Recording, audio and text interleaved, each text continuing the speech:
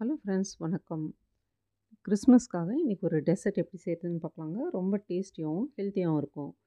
Baking tray ready பண்ணி வச்சுக்கலாம். 1 cup கோதுமை மாவு எடுத்திருக்கேன். 1 teaspoon baking powder, 1/2 teaspoon baking soda போட்டு நல்லா கலக்கிட்டு 2 தடவை ஜலிச்சிக்கலாம்.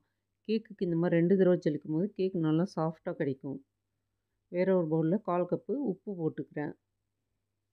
1/2 கப்பு சர்க்கரையை பொடிச்சு எடுத்துகிட்டு வந்திருக்கேன். நான் ரா சுகர் தான் எடுத்திருக்கேன். ரா சுகர் பிடிக்கலாம், ஒயிட் சுகர் கூட போட்டுக்கலாம். நல்லா ஜலிச்சிக்கலாம். சர்க்கரையிலேயே 1/4 கப்பு ஆயில் போட்டுக்கிறேன்.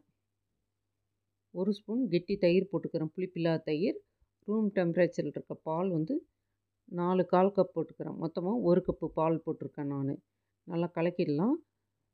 1 டீஸ்பூன் வெல்லம் எசன்ஸ் போட்டிருக்கேன். அதுவுமே நல்லா கலக்கிட்டு நம்ம ஜலிச்சு வச்சுருக்க மாவுலாம் போட்டு கட் அண்ட் ஃபோல்ட் மெத்தடில் கட்டி இல்லாத மாதிரி கலக்கி விட்டுக்கலாம். 1/2 டீஸ்பூன் ஆப்பிள் சைடர் வினிகர் போட்டிருக்கேன். அதுவுமே நல்லா கலக்கிட்டு அப்படியே பேக்கிங் ட்ரேயில் போட்டுக்கலாம் அந்த மாவுலாம் எடுத்து. இந்த சமயத்தில் அவனை 10 நிமிஷம் ப்ரீ ஹீட் பண்ணி வச்சுக்கலாம் 180ல். எல்லா இடத்துலையும் ஒரே ஈவனாக இருக்க மாதிரி செய்துக்கலாம். ஒரு குச்சி வச்சு நல்லா இந்த மாதிரி திருப்பி திருப்பி கோடு போட்டுக்கலாம். இந்த மாதிரி செய்யும்போது கேக் ஒரே மாதிரி பேக்காகி வரும். எல்லா பக்கமும் ஒரே மாதிரி பேக்காகி சமனாக இருக்கும். 2 தடவை டேப் பண்ணிட்டு அப்படியே எடுத்து ஓவனில் வச்சிடலாம்.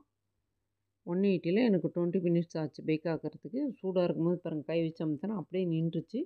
சூடாக இருக்கும்போது கேக்கை நம்ம அமுத்தக்கூடாது, அதே போல் கட் பண்ணக்கூடாது. 10 நிமிஷம் தான் நான் ரெஸ்ட்டு கொடுத்தேன் கிளாத் போட்டு. சூடாக இருக்கும்போது கட் பண்ணேன். கேக் பாருங்கள் உடையுது. நல்லா ஆறினப்புறம் தான் கட் பண்ணணும் கேக்கு. இந்த மாதிரி கட் பண்ணி எடுத்துக்கலாம். கட் பண்ண பீசஸ்லாம் எடுத்து அப்படியே தனியாக வச்சிடலாம். சின்ன பீஸ்லாம் எடுத்து ஒரு பவுலில் போட்டு வச்சுக்கிறேன். இந்த மாதிரி பெரிய பீஸ் எடுத்து ஒரு டம்ளரில் போட்டுக்கிறேன். டம்ளர் வச்சு கட் பண்ண பாருங்கள், அந்த டம்ளர்லேயே அப்படியே போட்டு மேலாக சுகர் வாட்டர் ஊற்றிக்கிறேன். சுகர் வாட்டர் 1/2 கப்பு சர்க்கரைக்கு 1/2 கப்பு தண்ணி ஊற்றி நல்லா கொதிக்க வச்சு ஒரு கொதி வந்தோடனே இறக்கி நல்லா ஆற வச்ச அப்புறம் தான் அப்ளை பண்ணணும். ஃப்ரெஷ் க்ரீம் ரெடி பண்ணி வச்சுருந்தேன், அதை அப்படியே போட்டுக்கலாம். அது மேலேயே இன்னொரு லேயரு கேக் வச்சுக்கலாம். கை வச்சு லைட்டாக ப்ரெஸ் பண்ணிக்கலாம். மறுபடியும் சுகர் வாட்டர் அப்ளை பண்ணிக்கிறோம். பார்க்குறதுக்கே நல்லா சூப்பராக இருக்குது பாருங்கள் கேக்கு. நான் சுகர் வாட்டரும் ரா சுகரில் தான் போட்டேன், அதனால தான் கலர் ஒரு மாதிரி இருக்குது. மறுபடியும் மேலாக க்ரீம் போட்டுக்கலாம். நான் பெர்ரிஸ் எடுத்திருக்கேன். பிளாக்பெர்ரியும் ராஸ்பெர்ரியும் எடுத்திருக்கேன். உங்களுக்கு பெர்ரிஸ் இல்லைன்னா நம்மளுக்கு பிடிச்ச பழம் வச்சுக்கலாம். திராட்சை வச்சுக்கலாம், மாதுளம்பழம் வச்சுக்கலாம். அப்படின்னா ட்ரை ஃப்ரூட்ஸில் உங்களுக்கு எது பிடிக்குதோ அது வச்சுக்கலாம். மறுபடியும் மேலாக இன்னொரு லேயர் கேக் வச்சுக்கலாம். அது மேலே கொஞ்சம் சுகர் வாட்டர் போட்டுக்கிறேன். ஃப்ரெஷ் க்ரீம் ரெடி பண்ணி வச்சுருக்கோம். மேலாக அப்படியே ஒரு டிசைன் போட்டுக்கலாம். நம்மளுக்கு பிடிச்ச மாதிரி டிசைன் போட்டுக்கலாம். நான் சின்ன சின்னதாக இந்த மாதிரி பூ டிசைன் போடுறேன். உங்களுக்கு பெரிய பூவாக வேணுனாலும் பெருசாகவும் போட்டுக்கலாம். நம்மளே வீட்டில் செய்கிறனால நம்ம விருப்பம்தாங்க. நம்மளுக்கு எது பிடிக்குதோ அதை செய்துக்கலாம். செய்கிறது ரொம்ப ஈஸி. நம்ம கடையில் தான் வாங்கணும்னு அவசியம் கிடையாது. வீட்லேயே ஈஸியாகவும் நல்லா ஹெல்த்தியாகவும் ரெடி பண்ணிக்கலாம். பார்க்கவே சூப்பராக இருக்குது பாருங்கள். வீடியோ கொஞ்சம் லாங்காக தாங்க வந்திருக்கு. இந்த டம்ளரில் அதே போல் பூ டிசைன் போட்டுக்கலாம். இந்த பூலாம் பார்க்குறதுக்கு எவ்வளோ அழகாக இருக்குது. நான் ஃப்ரெஷ் க்ரீம் தான் ரெடி பண்ணியிருக்கேன். க்ரீமில் பாருங்கள் நல்லாவே டிசைன் அப்படியே பளிச்சுன்னு தெரியிற மாதிரி இருக்குது. அதே போல் சின்ன கப்லேயும் நம்ம க்ரீம் அப்ளை பண்ணிட்டு ஒரு லேயர் கேக் போட்டு பெர்ரிஸ் வச்சுக்கலாம்.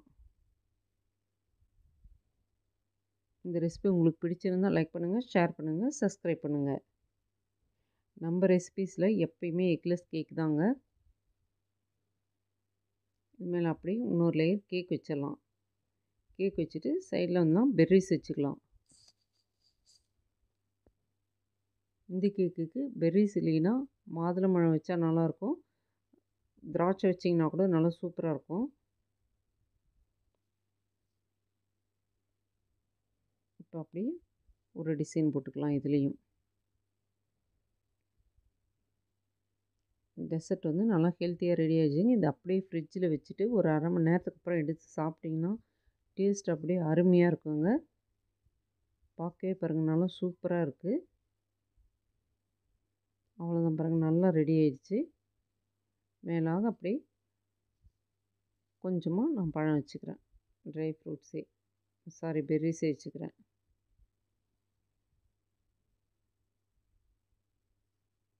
அவ்வளோதாங்க, நம்மளுடைய டெசர்ட் ரெடி.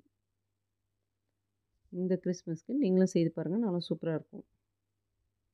அனைவருக்கும் இனிய கிறிஸ்மஸ் நல்வாழ்த்துக்கள். நன்றி.